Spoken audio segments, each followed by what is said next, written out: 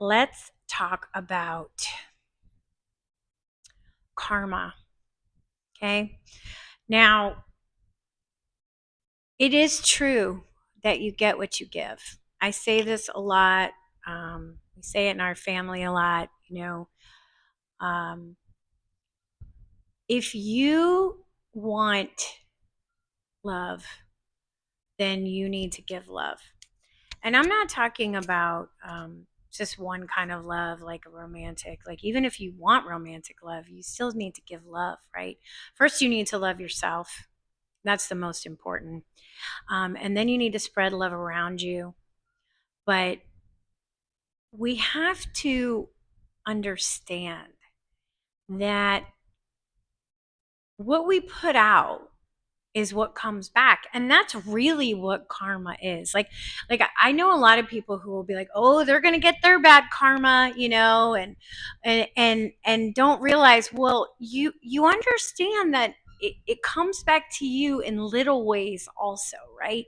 So if you're mean and nasty all the time, there's more likely you're going to find people that are going to be rude to you, right?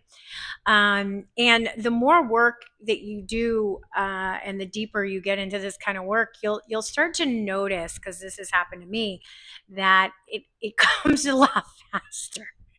Like, so I've noticed that, because we're human, nobody's perfect. I'm not always in a good mood. Sometimes I'm really quite bitchy. I'm moody. Whatever's going on, it doesn't matter. And I'll notice that if I'm short, let's say, because I really try not to lose my temper and lash out, especially at people that don't know me, that have nothing to do with me, that are in no way contributing to my bad mood. I'm not always good at that. I have been known to shoot the finger at somebody who cuts me off driving. I'm trying to get better at it. But anyway, if I happen to be short, right, like, with somebody, as I'm out and about, I will notice that that gets reciprocated back to me quite quickly, probably within a couple of days. And I don't know if it's because it was always like that, but I never noticed it before because I wasn't aware and I wasn't paying attention. But now that I am, I do notice it, and it's wild, right?